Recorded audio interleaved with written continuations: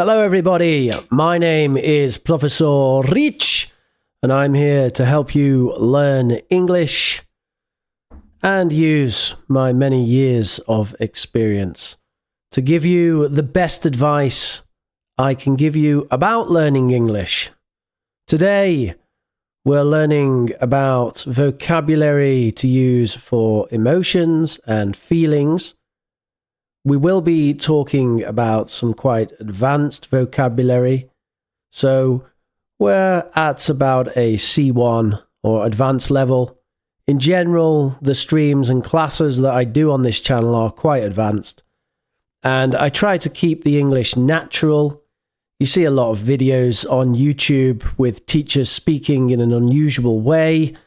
They're speaking kind of like a teacher in a very slow manner.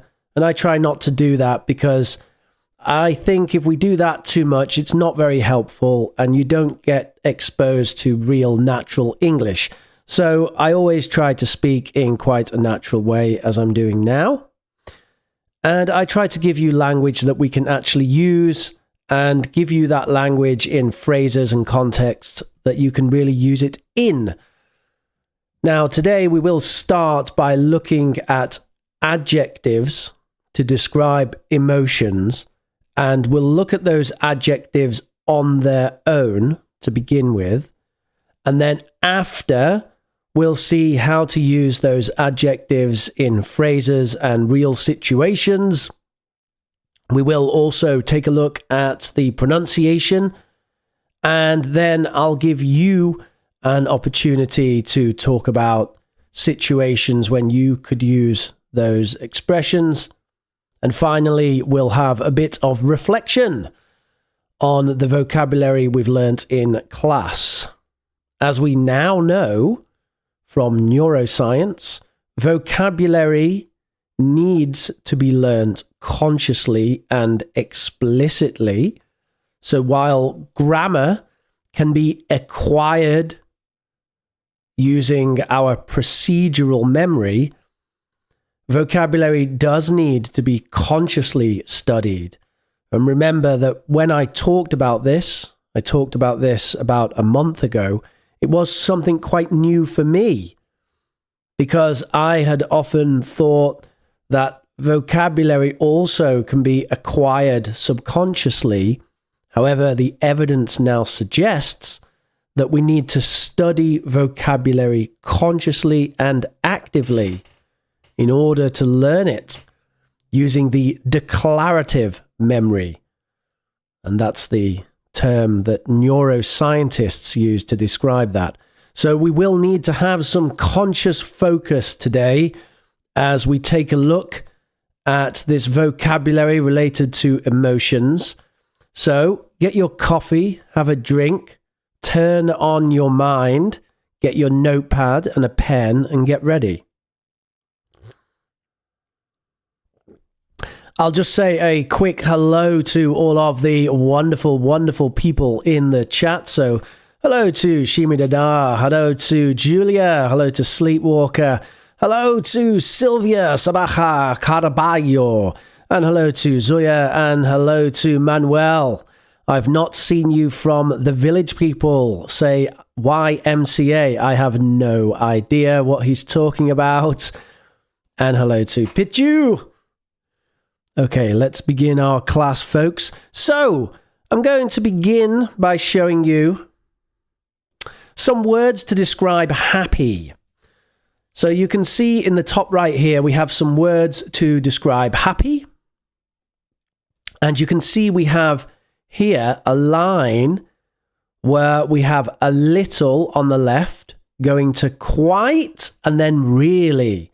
So this kind of line is sometimes called a cline, C-L-I-N-E, a cline. And that's when we put words on a scale to help you understand the difference in meaning between those words. And that's what we're doing today with all of these words which relate to happy. And you can see I have okay, and I've put okay next to a little. Because when we say, I'm okay, that's like, I'm a little happy. A little happy. I'm okay. How are you? I'm okay. I'm okay. So I would like you in the chat, or if you're watching the video later, you can pause the video and try this. I want you to put all of these words in the top right, and I want you to decide, are they more 1, a little, 2, quite, or 3, really happy? And I'll read the words so you get an idea of the pronunciation. And of course, if you are enjoying this video and you think this channel is for you, then smash that like button and hit subscribe. This lets YouTube know that you like the content, and YouTube will recommend more of our future classes to you. So that's really important for the channel. So the terms we have are glad, not bad, not bad. You listen, you hear that pronunciation? Not bad, not bad. Content, satisfied, overjoyed, all right. Delighted, fantastic, thrilled, pleased, ecstatic, and euphoric. Euphoric. So once again, we have glad, not bad, content, satisfied, overjoyed, all right, delighted, fantastic, thrilled, pleased, ecstatic, euphoric, and okay. Which okay I have already put for number 1. Okay is like, I'm a little happy. I'm okay. So we got some answers already from Zoya there on your screen. We've also got some suggestions from Manuel. I'll just give you another 20 seconds or so for other people to get their answers in, and then I will go through them with you. I've tried to use words and adjectives that we really use in English today. So these should be quite useful for you. And they are words that you may really hear in conversation. Obviously, these are C1 or advanced words. And C1 vocabulary is not going to be very common because, of course, for vocabulary to be C1, it needs to be a little bit rare. It needs to be not the most common language. The most common language we should learn at intermediate and upper intermediate level. And now that we're talking about more advanced language, then the language will be a little bit less common. Okay, so let's start with glad. I'm glad. I'm glad. So for glad, I'm going to put that in quite. Number 2, it's quite happy. I'm glad. Then we have content. Content. So content, I'm actually going to put in number 1, a little. Now, we could argue that, of course, it depends on the context and how you say it. And actually, we can argue that for everything. So actually, there are ways of saying content or talking about contentment which make it higher on this scale. However, in general, I think we use content more down here for a little happy. Are you happy? I'm content. It's like, I'm okay with it. I'm all right. And that brings us on to not bad. Not bad. Again, we're going to put that down in a little. Not bad. Then we've got satisfied. Now, I think although satisfied is a synonym of content, I think we actually use satisfied more for quite happy. So although these are synonyms, content and satisfied, I think when we actually say satisfied, we often use it a little bit to be a little bit happier than content. I'm content. I'm satisfied. I'm satisfied. I feel very satisfied. So actually, I think satisfied is going to be more like quite. And then overjoyed. Well, that's an easy one, isn't it? Overjoyed, of course, is really happy. Oh, I'm overjoyed. And a lot of the adjectives that we put on the high end of the scale will collocate with absolutely. So when I say collocate, that means two words that go together often. And with these words on the high end of the scale, like overjoyed, they will collocate well with words like absolutely. So I'm absolutely overjoyed. Oh, I'm just absolutely overjoyed. Then we got all right. No, I'm all right. How are you? No, I'm all right. I'm all right. So all right, somewhere between 1 and 2, something like that. I'm all right. I'm pleased. How are you? I'm pleased. So pleased, we're going to put in quite, maybe just a little bit higher than quite, somewhere around about here. I'm pleased. It's definitely more than satisfied, but it's significantly less than overjoyed. Did you hear that? It's definitely more than satisfied, but it's significantly less than overjoyed. It's definitely more than satisfied, but it's significantly less than overjoyed. All right, then thrilled. Again, absolutely. I am absolutely thrilled. I am thrilled. So a thrill is actually a feeling of excitement or even joy. So it's like describing the actual feeling of joy or excitement in your body. That's a thrill. So when we say I'm thrilled, it means I have these feelings of thrill inside my body. So I'm absolutely thrilled. That's really happy. Delighted. Delighted is like the textbook extreme happy, isn't it?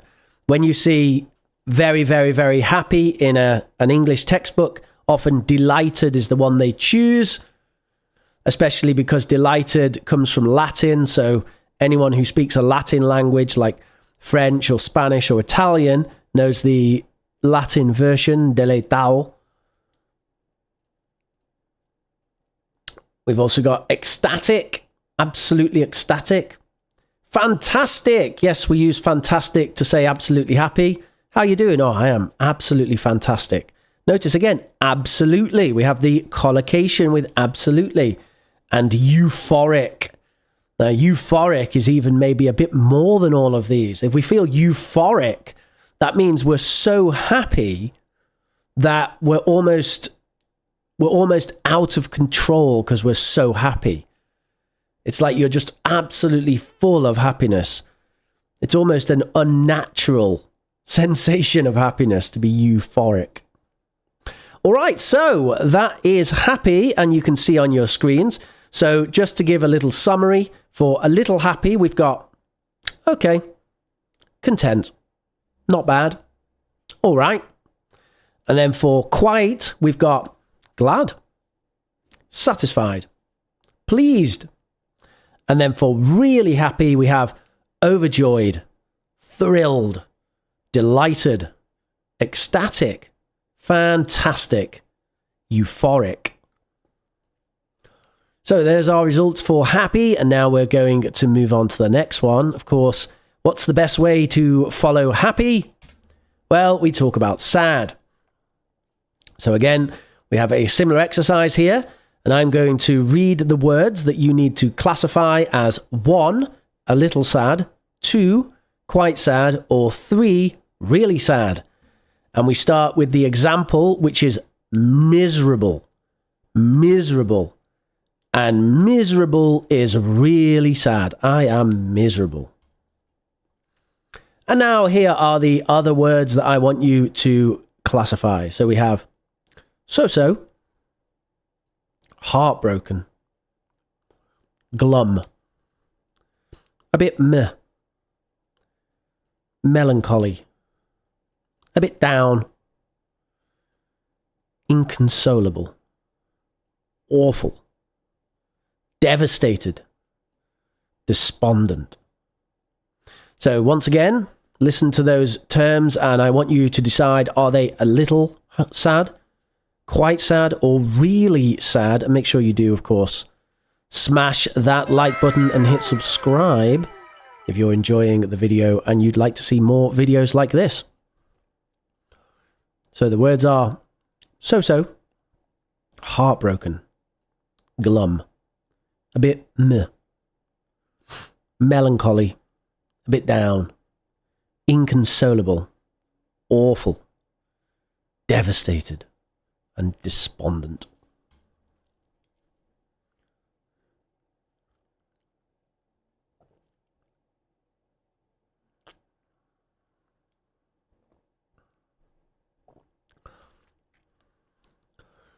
Miserable is one of the worst words that I've ever heard in my life, says Manuel.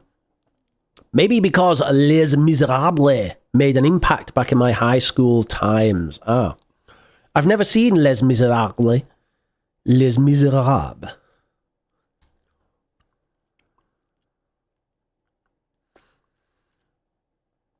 So we got some answers coming in. Answers from Sleepwalker and answers from Zoya.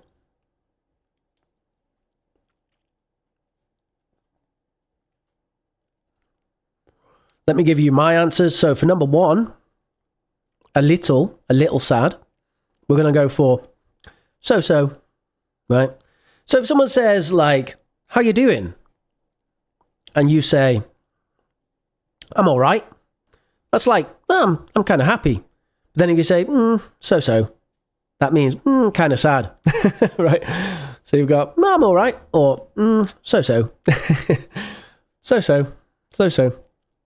Notice the word stress there, so-so. So it's not so-so, but so-so, so-so, so-so, so-so. The stress is on the first word, so-so, so-so. Then also we got bit meh. So this comes from US English, but as with most things, or a lot of the very common expressions in US English, now you find those also in British English.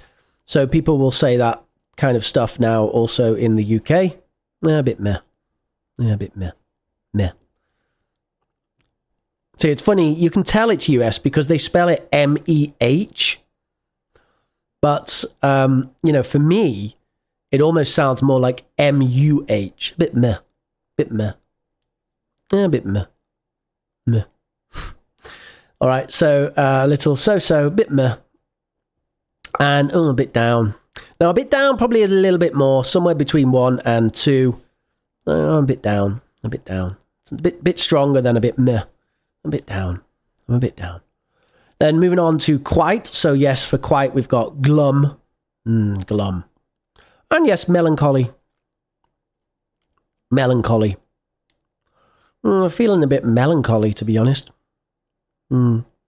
Quite sad. Great. And then all the others are in really. So in really, we've got, I'm awful. I'm devastated. I just feel absolutely despondent. I'm heartbroken. And then this last one's interesting. So the last one is inconsolable. Now, I wouldn't actually say this about myself. Inconsolable is more something you say about someone else. Because actually, console means that you go and try to make someone happy. Like consoling someone. You try to cheer them up, bring them up a bit, console them when someone's feeling sad.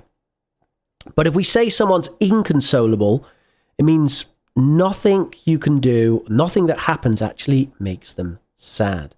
And hello, Lolly Lolly.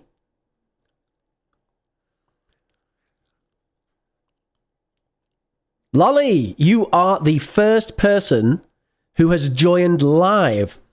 So we've got some other paying members on the channel. And Lolly Lolly is the first person to actually do it live while we're streaming. So welcome to the membership, Lolly. It's good to have you. Good to see you as well. Haven't seen you in ages, like years. When was the last time I saw you attend a stream, Lolly? You used to watch the Oxford Online English streams last year. And so yes, inconsolable, which means really sad. So there's our answers for sad. And now we're going to move on to angry. Oh, yes. Angry. So, often agreed to be the most damaging and difficult of emotions. Anger. Let's see what we have for angry. We have upset, which I've already put is quite angry. Now, upset actually also expresses hurt. So it's like pain. But often what you find with anger is that anger is often what we call a secondary emotion. And what that means is, it means that there's another emotion that starts like hurt or frustration, and that from that we get another emotion that comes out of it. And so, for example, anger often comes out of hurt or pain. And upset kind of expresses that, because upset expresses pain, but also, you know, I'm angry. I'm annoyed. So that's quite angry. And here are the other terms that I'd like you to classify. So we have irritated, frustrated, furious, annoyed, enraged, fuming, raging, peeved, and agitated. Agitated. So, where do you think you're going to put all of those terms? Going to just adjust my volume a little bit, because I can see that my microphone is often clipping a little. So we'll just turn down the output gain a little bit, see if that helps. That seems to have helped. Hello, Sahil. How are you doing? How's India today?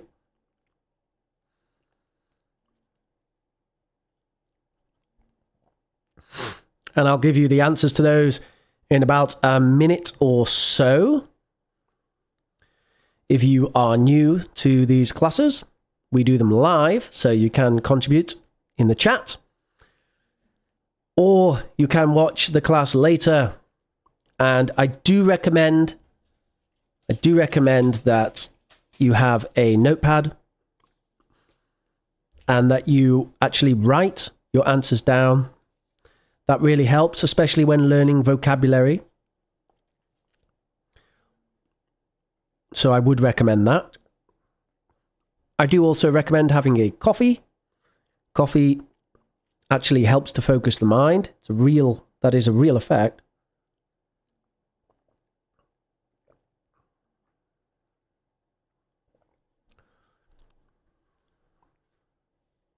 All right. Let's go through these. So, irritated. Irritated. So, irritated, I hate the feeling of being irritated, but actually all of these are really bad, aren't they? But irritated actually is just a little angry. I feel irritated, irritating noise. There's just something bothering you. We could also say bothered. I feel a bit bothered. It's bothering me. Irritated.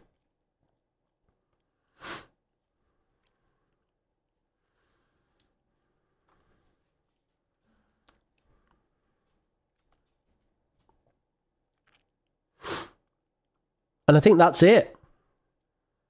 Yeah, that's it for a little. Then we'll move on to quite. So for quite, we've got annoyed. I'm annoyed. Annoyed. Sometimes annoyed is used as a synonym for anger. Of course, all of these in context are used as a synonym. And remember, context is super important. How you say it is important, when it is said, and the context of all of the things that surround when the word is said do really influence the meaning. Meaning, as I've discussed many times, meaning is contextual. So, when I say, yes, annoyed is quite angry, that's true in general, but of course, in context, annoyed could mean a little angry or really angry. I'm so annoyed about this, And peeved. So I haven't checked, but my suspicion is that peeved comes from a polite way to say that I'm, and then a swear word that I'm not going to say on stream.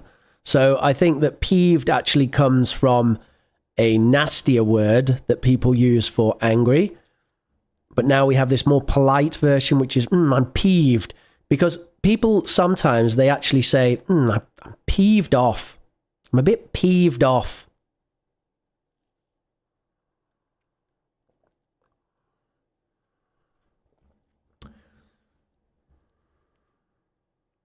Okay.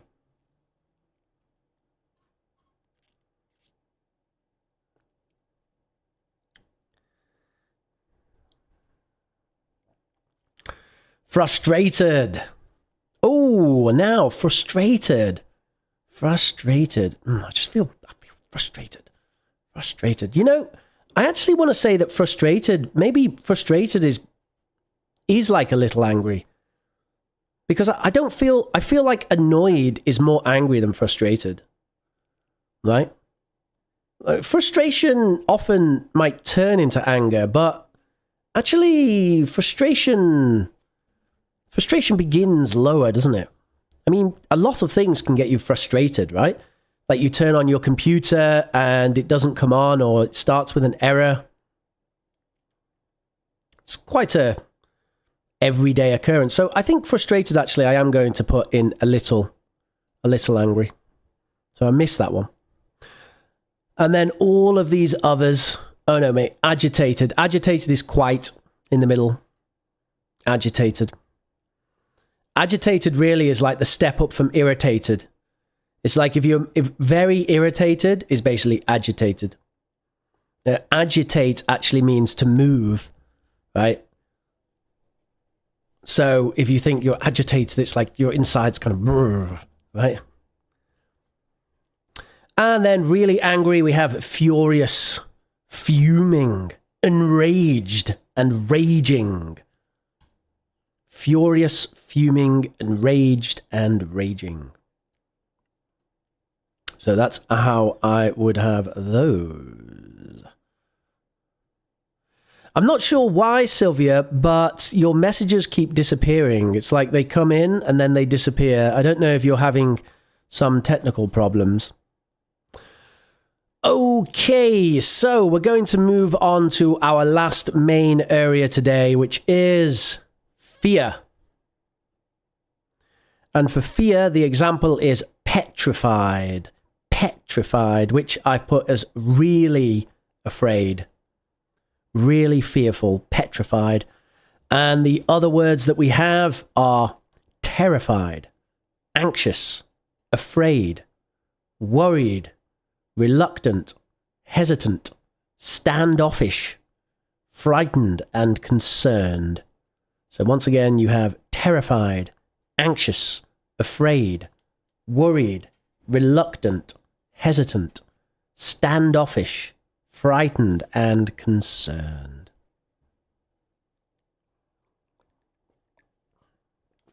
Manuel says 50-50 agree to disagree with frustrated.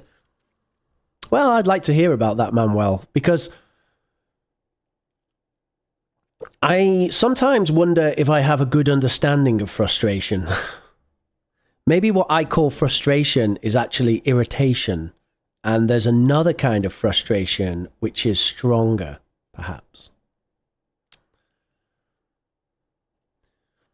But when we say frustrated, it's like you have an expectation and you can't make that happen. Like you can't get the thing that you want to happen. Something is preventing you, stopping you, holding you back from the thing you want. That's really where frustration comes from. It comes out of expectations being unmet.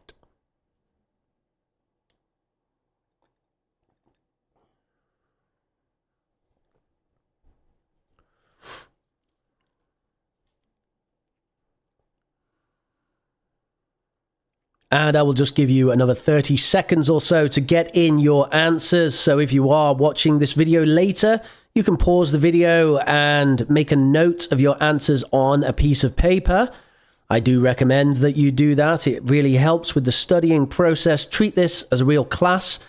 Or maybe you're one of the many listeners who just listens to this in the background while you cook your dinner and have a glass of wine, or do whatever it is else that you do about your day. Quite a lot of people watch these in the background, and that's absolutely fine. I do hope that these classes are beneficial to you.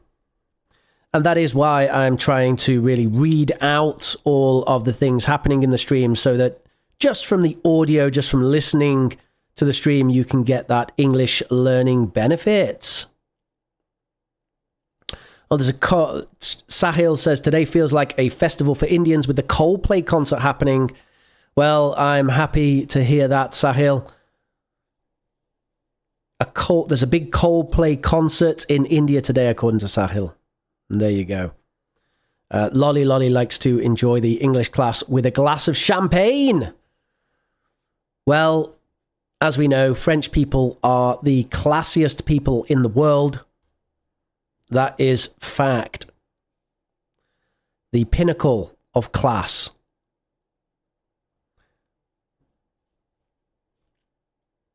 All right, so here come your answers. So we will start off with a little. And for a little, we're going to say reluctant, hesitant. And then there's two that I want to put between a little and quite. And they are going to be concerned and standoffish.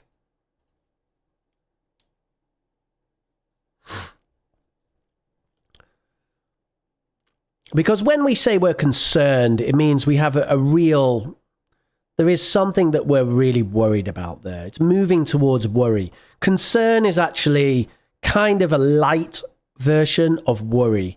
So if I'm concerned, it's like I'm not quite worried yet, but I am concerned. We're getting to the point of worry. Which means, of course, moving up to quite, then we do have worried. Yep, I'm worried about it. Anxious. Anxious is similar to worry. Anxiety is a horrible feeling. Really horrible feeling. And afraid. And then moving up to really fearful, we have terrified. And, we got frightened. So frightened is quite as well. That's number 2 there. Okay, so just to summarize that, we have a little, which is reluctant, hesitant, concerned, and standoffish. And then quite, we have worried, anxious, afraid, and frightened. And then really, we have petrified and terrified. And maybe there are some other words that you can think of to add to that. We can talk about that a little bit later. So now what we're going to do is I'm going to show you a phrase using some of that language. And I want you to type in the chat, what situation is this about? So I'll show you a phrase using the language, and I want you to invent a situation when it's appropriate to use this phrase. Okay, so you type a situation in the chat, and if you're watching this video later, you can write a situation down or just think of a situation. So here is the first phrase. No, that's a difficult one. We'll do that later. Here's the first phrase. The first phrase is, I felt pretty glum all day. I felt pretty glum all day. So when would someone say, I felt pretty glum all day? And Sylvia is telling me that I have a misspelling. Oh dear.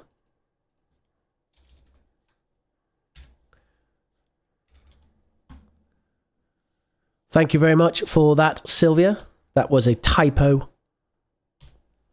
Corrected. I felt pretty glum all day.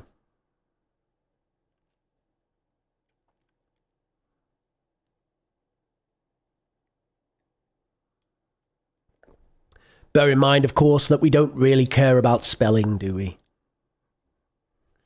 Who cares about spelling? Even the exams don't care about spelling that much. I felt pretty glum all day. Oh, because of the bad weather. That's a good example, yeah. Like, it was so cloudy and rainy all day, and it just made everyone feel so glum. Yeah, that's a great example, Lolly. That's really a perfect example for glum, isn't it? So some people, like Sleepwalker says, maybe some trifles happened. Patchu said something happened unexpected. Remember, when you're thinking of examples for vocabulary, try to be specific. Because general examples they really only give you the definition of the term. And they tend not to be so useful. So try to come up with a specific example. Like what specifically could happen to make someone feel glum? Zoya says, it's been raining, I have nothing to do, and I feel glum. Exactly, that's it. Great. Okay, let's move on.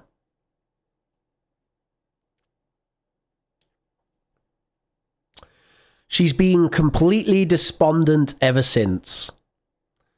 She's been completely despondent ever since. So, in what situation would someone use this? She's been completely despondent ever since.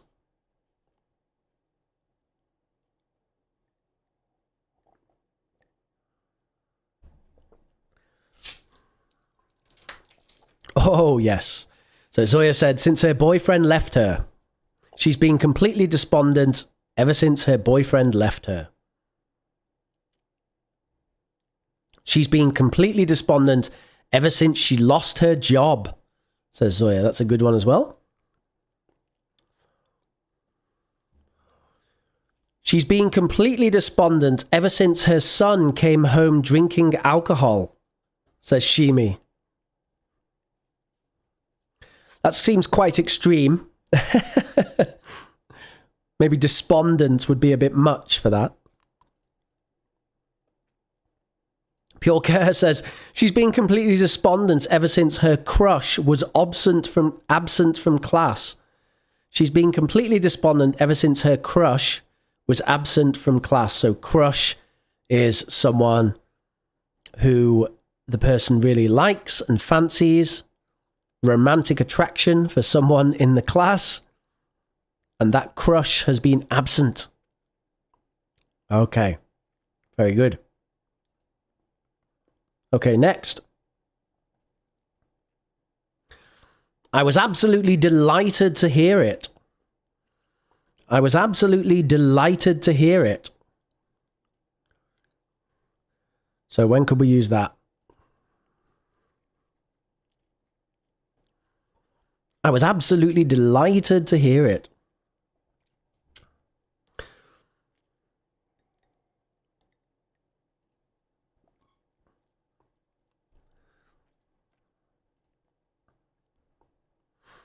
My friend told me that they're coming to visit me, and I was absolutely delighted to hear it. My best friend has finally said they're coming to see me in my new home. I'm absolutely delighted to hear it.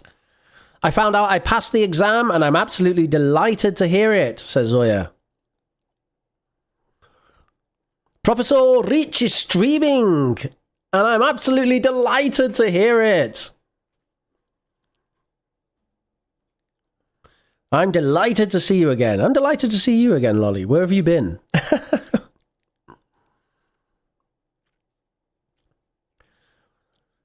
Rich said he's going to visit me in Tenerife, says Manuel, and I'm absolutely delighted to hear it. Okay, let's do it. I have a holiday on the 3rd week of February. Do you have somewhere I can stay?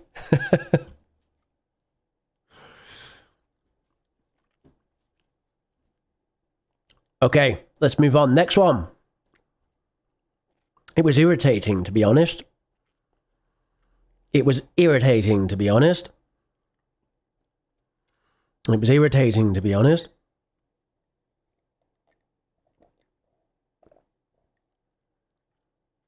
It was irritating, to be honest.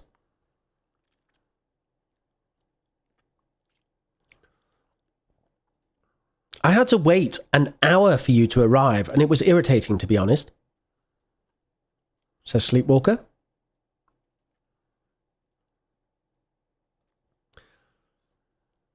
They were telling so many bad jokes in the meeting, and it was irritating, to be honest.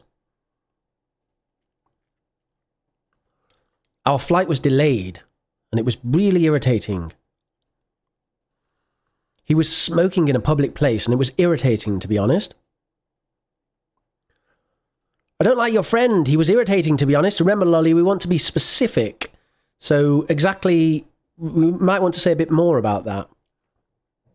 Like, I don't like your friend. He was telling sexist jokes, and it was irritating, to be honest. My cat told me that I gave it a bad food. What? I'm not quite sure about the context there. Okay, let's move on. I just felt a bit meh. I just felt a bit meh. I just felt a bit meh. I just felt a bit meh. I just felt a bit meh. What's the situation? I just felt a bit meh. I just felt a bit meh.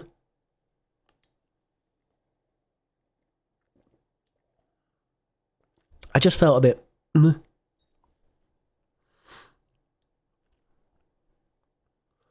I just felt a bit meh.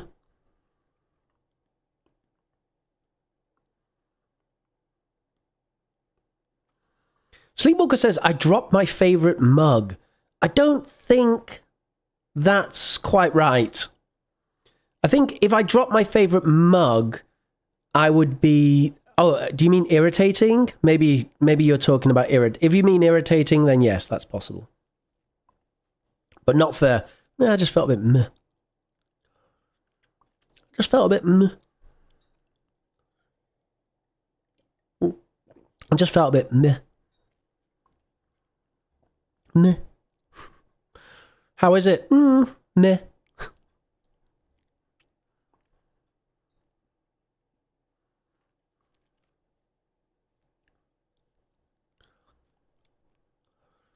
The weather is scorching and I just felt a bit meh. I mean, that sentence is possible, Julia, but I don't feel that they're connected. Like, if the weather's scorching, I don't think that really influences... Maybe it does, but I can't see the direct connection between that and feeling meh. Bjorka says, what is meh? Meh just means like, eh. Eh. It's like a bit sad.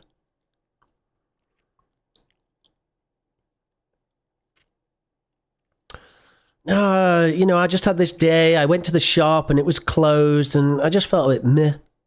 That could happen. I went to the shop and it was closed and meh. Oh, I can't find my notes. I couldn't find my notes, and after that I just felt a bit meh.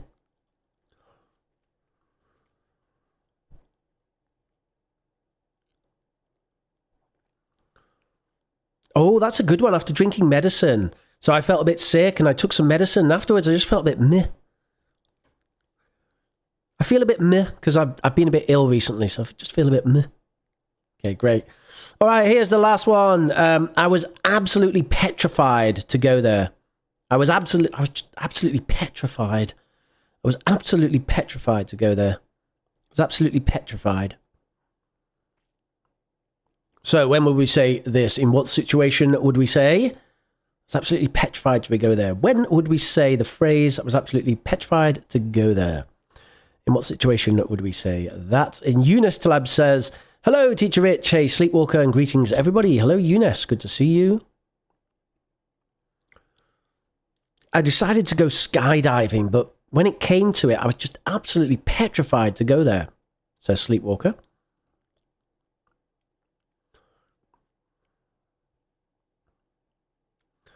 I remember my first job interview, and I was just absolutely petrified. The The first time I went to London, I was just absolutely petrified to go by plane. Yep, some people are petrified to go by plane.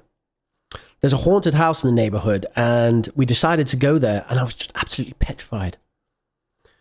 Every time I walk past the abandoned building in my area, I just feel absolutely petrified.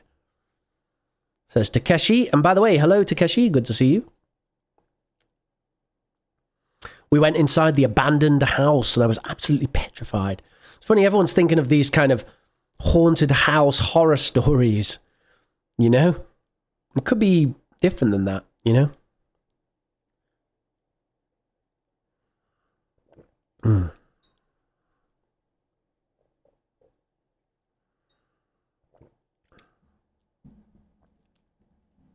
I had to go to the 45th floor in a glass elevator, Manuel. A glass elevator. A glass elevator is a lift with glass walls so you can see everything.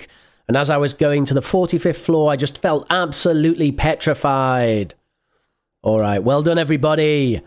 Julia says, I had an egregious experience somewhere in the past and I was absolutely petrified to go there. I heard about the wildfires in LA and I was just petrified to go there. Yeah, well, you would be. You shouldn't go there. Don't go there. All right, everybody. Fantastico. So that's our situations. Let's have a little bit of reflection about the language that we've seen today, and then we'll talk about the pronunciation. So you can see on your screens all of the phrases from today, and I want you to just reflect on which of these relate to fear, angry, sad, and happy. So fear, I'm going to just change fear to be afraid, spelt correctly. So afraid, angry, sad, and happy.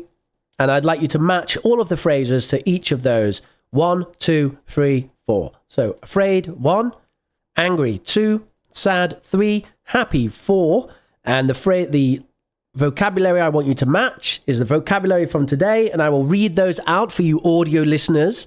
We have despondent, irritated, raging, melancholy, not bad, thrilled, glad, fuming, euphoric, so-so, concerned, a bit meh, devastated, worried, pleased, hesitant, frightened, inconsolable, anxious, and standoffish. So try and match those phrases, try and match that language there to the categories, and in about 2 minutes, I will give you the answers to that. And while you're doing that, I should say I am currently offering classes. I currently have some slots on Friday and Saturday. So if you are interested in one-to-one classes, you can contact me, professorrich@gmail.com, and we will arrange a assessment. And after the assessment, you can continue with classes with me if you wish.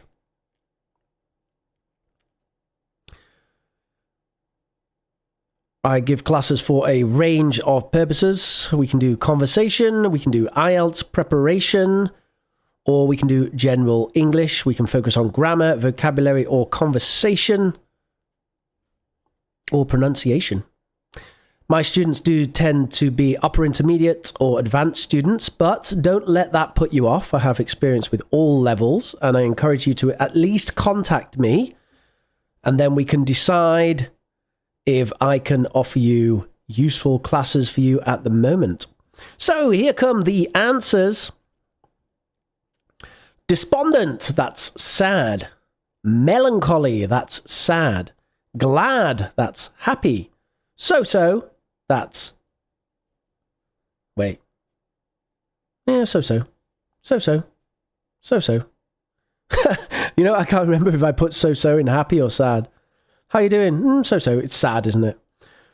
Irritated, angry. Thrilled, happy. Fuming, angry. Worried is sad. Frightened is afraid. Inconsolable is sad. Anxious is afraid. Standoffish is afraid. Thrilled is happy. A bit meh is sad. Inconsolable is sad. Pleased is happy. concerned, concerned. Concerned is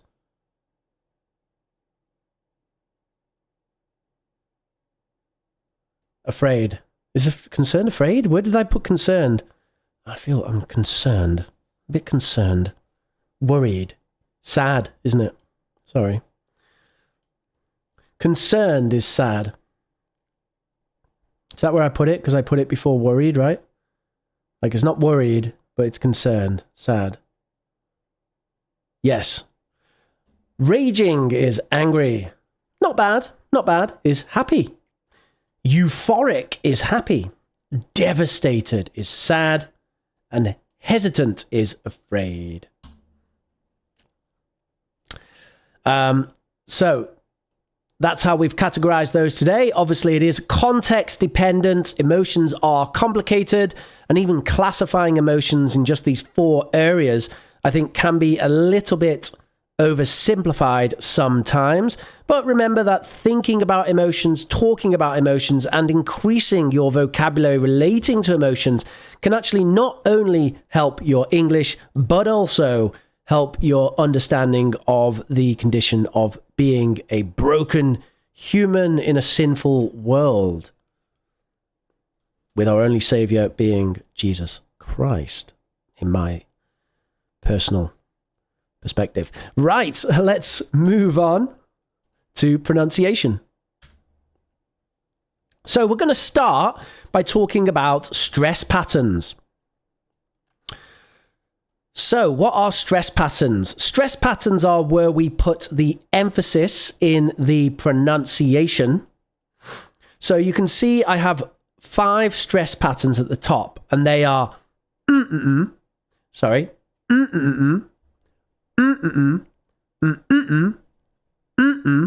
and So for example, the first one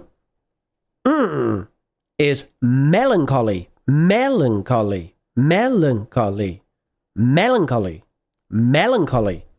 So the stress is on the first syllable, boom, melancholy. And it is a 4-syllable word, melancholy, melancholy. And I want you to just classify those other words by the stress patterns 1, 2, 3, 4, and 5. You have 2 minutes to do that, and I will be back in just a second. I'm going to top up my coffee.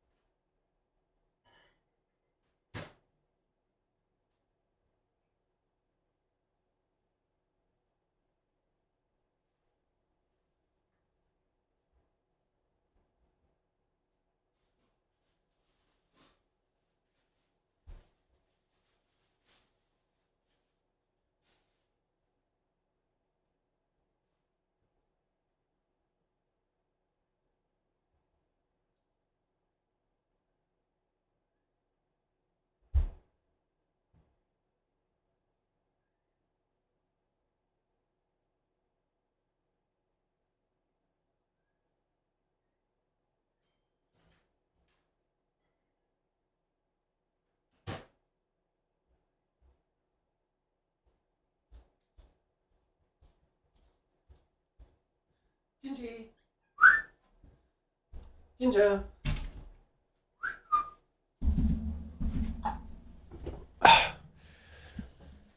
Cat's come to say hello. Hey, Gingy. That's his tail. You can see it on the screen. You see?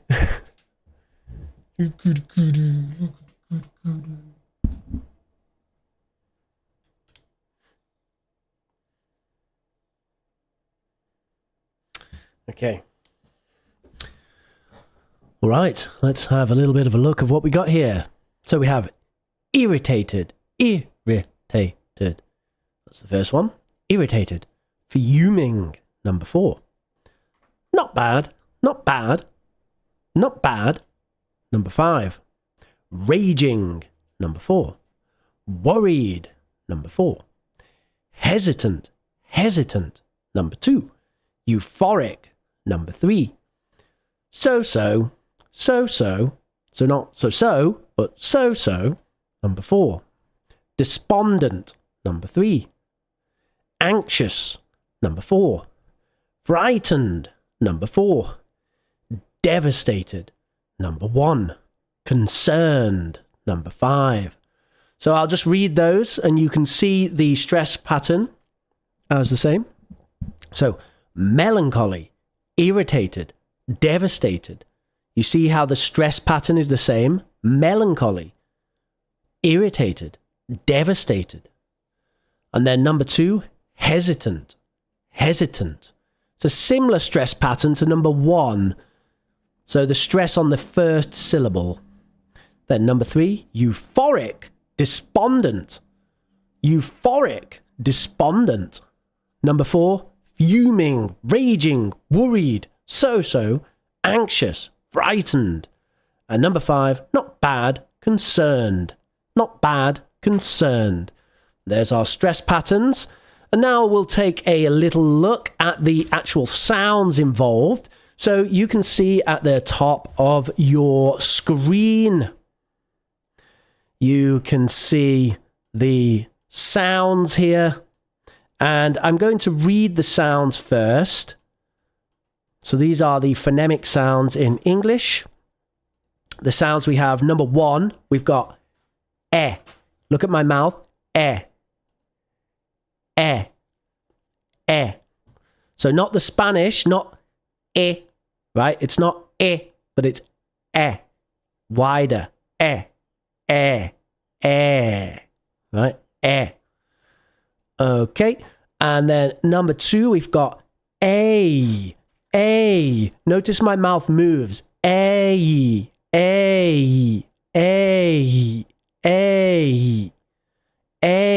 So it's not a, but it's a.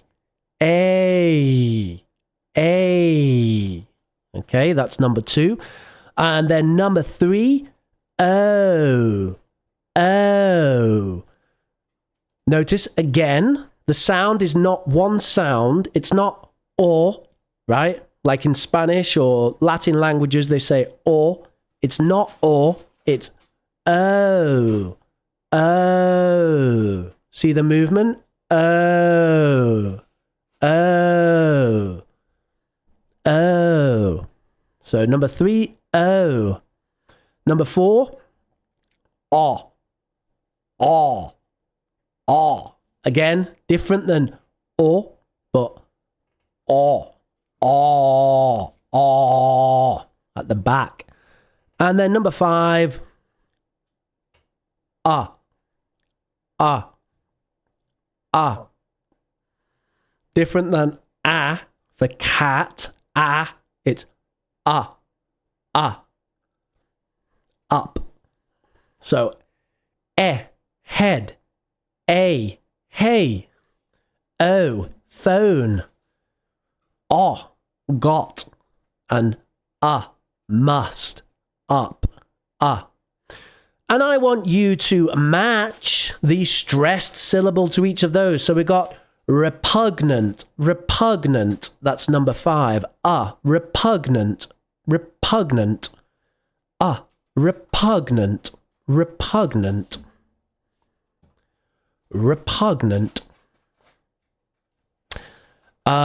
Sylvia says, got under your skin. Under your skin means to be obsessed. And Julia says there's 2 meanings. Yeah, you're right, Julia. There are 2 meanings. So get under someone's skin can also mean very irritated. Just got under my skin. Yeah, under your skin can also mean irritated. And it's interesting because there was a podcast by Russell Brand called, I think it was called Under My Skin or Under the Skin.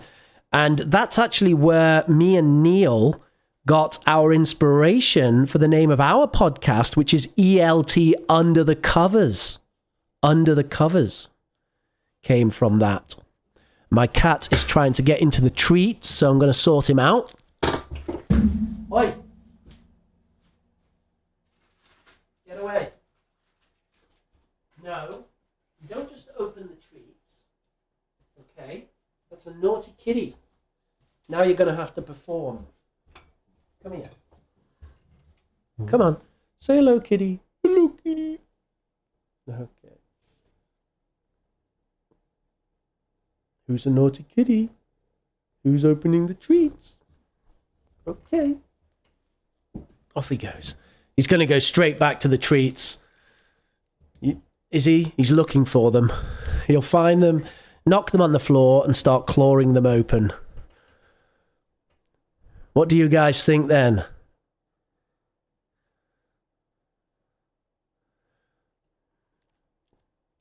Seems like Zoya's got some good answers there. Let's go through the answers. So, raging, that's A. Over the moon, that's O. Disgusted, that's A. Pained, that's A. Hesitant, that's E. Playful, that's A. Melancholy, that's E. Confident, that's O. Low, that's O. Worried, that's A. Worried, disgusted, worried. Inconsolable, that's O. Not bad, that's O. Euphoric, that's O. Vulnerable, that's A. Like worried, A. Vulnerable. Devastated, E. Elated, A. Frustrated, A. So-so, O. And despondent, that's O. So I'll read those now so you can see the similar sounds in those. So first we have the sound E, and that's hesitant, melancholy, devastated. And then number 2, A, is raging, pained, playful, elated, frustrated. Number 3, we've got O, over the moon, low, inconsolable, so-so. Then we have number 4, O, confident, not bad, euphoric, despondent. And then number 5, A, repugnant, disgusted, worried, and vulnerable. And they are the sounds for today. So finally, a little bit of an advertisement here. You can get the highest quality of language instruction by taking classes with me. If you would like to take classes with me, you can do that by emailing professorrich@gmail.com. And of course, I did an excellent job here, as you can see. The highest quality of language instruction, not the highest quality of advertisement. So if you would like to do that, you email the email address there on the board, which is Professor Rich. Professor is the Spanish for teacher. That's because I started my teaching career in Spain. And now my cat is bothering me because he wants the treats. And he started to knock things off my desk. So we now are into questions and notes. You can, of course, download the notes from today from the link on your screen, which will in a moment be in the chats. And in just a moment beyond that, it will be down below the video for today. Do bear in mind that there is a mistake, which was pointed out by Sylvia, the spelling mistake with afraid. So be careful about that. That is in the notes and I haven't updated it and I'm not going to. So, so watch out for that spelling mistake.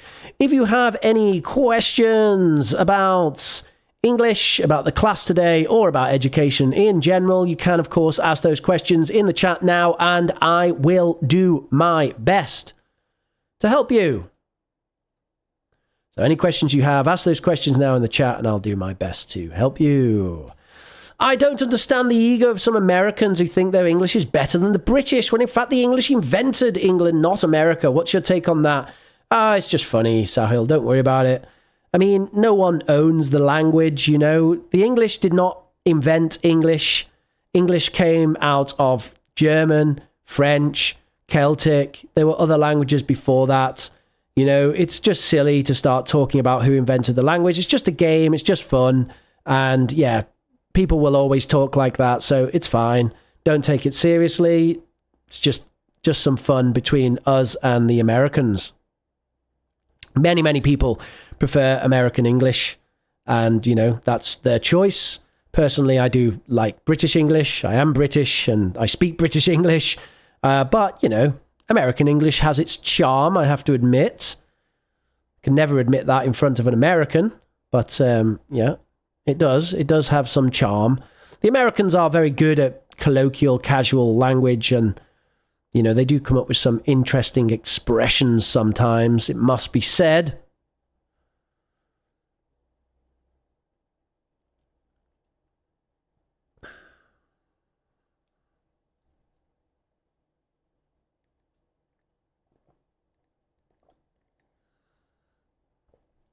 So, we are incredibly quiet at question time today. Do we really not have any questions? I'm absolutely fine to finish early and disappear. Plenty of things to get on with today. Any questions, folks? What can I help you with? Go for it. Here I am. AMA, ask me anything. Delta says he wrote, meet me at the park.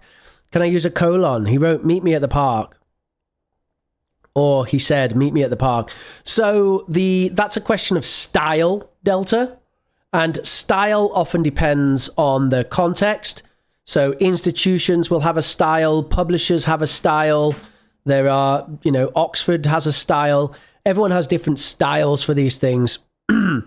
Personally, if I'm writing he said, I won't use a comma like that, but you can see that kind of style. So it is possible to use the style, he said, colon, speech mark, meet me at the park, full stop, speech mark. That is possible. That's a possible way of writing direct speech. Can you draw in 1 minute hedging, Rich? Hedging? Draw hedging? Draw hedging? What do you mean by draw hedging, Manuel? I need clarity.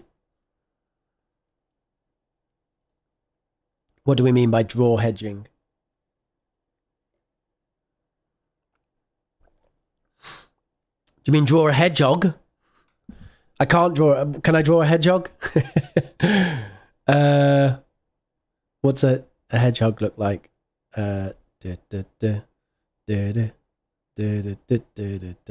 You know, when you kind of have in your head like an idea of what something looks like, and then you draw it and you're like, oh no. Oh no, no, no, no, no.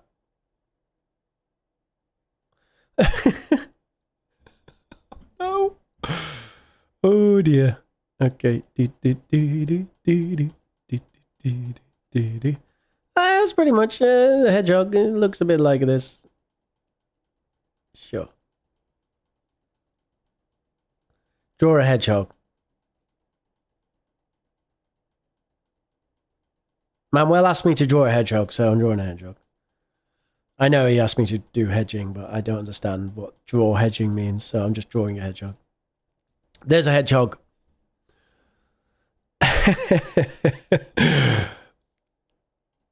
It's high time and it's about time. Can we use them interchangeably? There is a difference. It's about time it's kind of used similar to high time, but high time actually is stronger.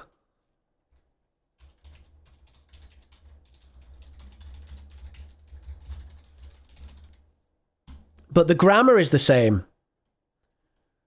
So it's about time we go. It's about time we left, using the past. right? And we do that also with high time. It's high time you left. So we use the unreal past with these expressions. The unreal past. Why unreal? Because it's not really the past. It's not really the past. We're actually talking about now. It's about time we left. It means we should leave now.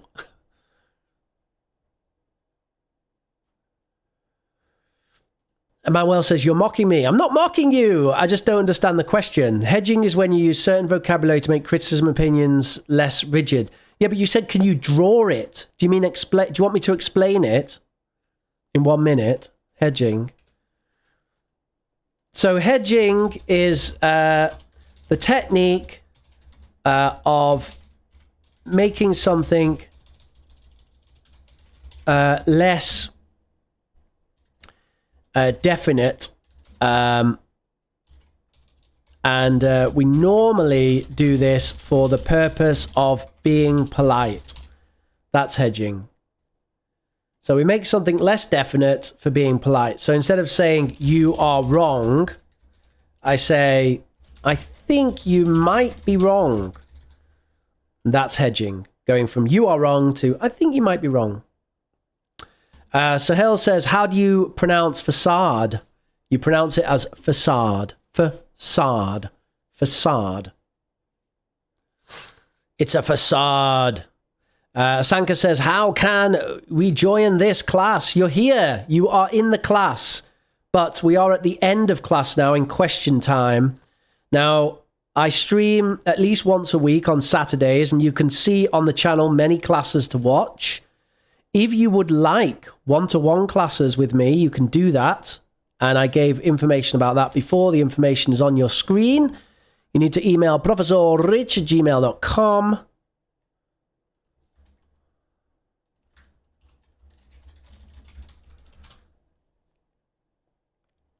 And we might be able to help you out. Facade like garage? Maybe a little.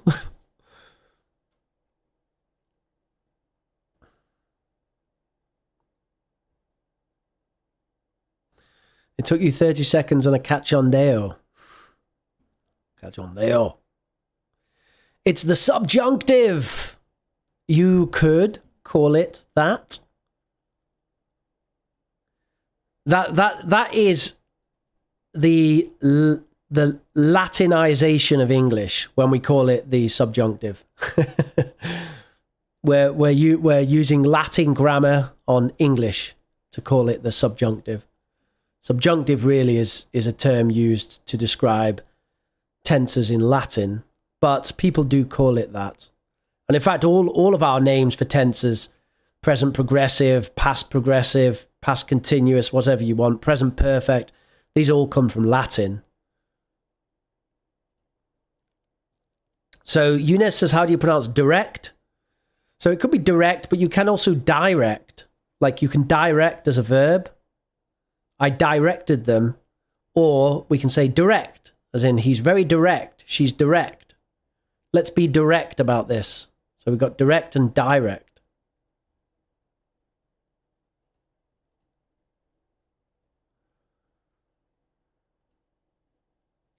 What else we got, folks? You got 20 seconds to keep me on here. Oh, I strongly recommend you take English lessons. No regrets, I promise you. Yeah, Manuel is a long-term student and supporter of the channel. He deserves a badge, actually, but he's got moderation, so that's okay. We'll just be asking about pronunciation now. Sahil says, how do you pronounce entrepreneur? You're asking about the French words as well, which is interesting, Sahil. Those words come from French, which is why the pronunciation is a bit different. Entrepreneur, entrepreneur. Entrepreneurship, entrepreneurial. It's very entrepreneurial. An entrepreneur is a businessman, businesswoman, businessman, businesswoman.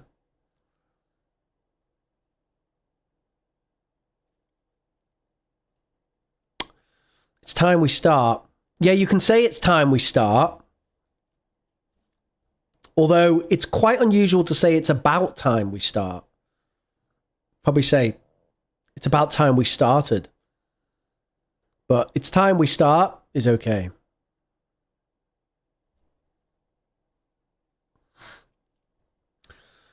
But as I've said, the preferred term is unreal past. So you've got a few of these things for the unreal past. Can have a little bit of revision on the unreal past.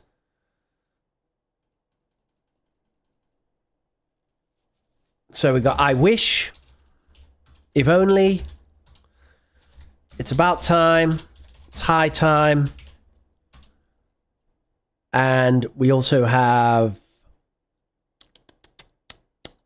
the conditional.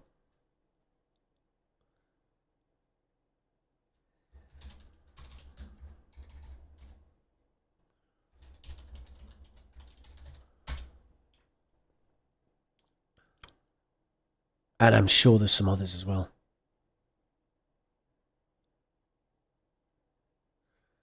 But they're the ones I can think of right now. So these we all use with the unreal past. I wish I were rich, if only I were rich. It's about time we were rich. It's high time we got rich. If we were rich, we'd be happy.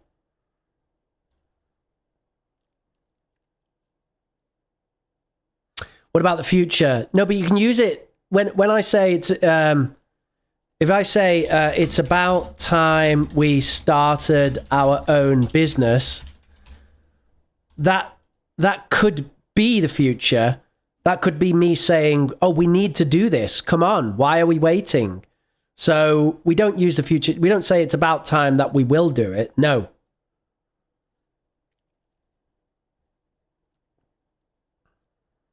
So you don't use it with the future, but it can kind of refer to the future. It's about time we had a party for your birthday.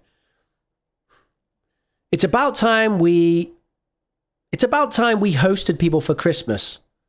And then in the future, we host people for Christmas, right?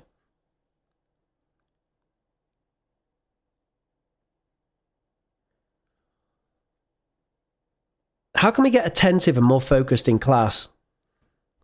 Coffee? Sleep? Coffee? Take an interest? Get an interesting teacher?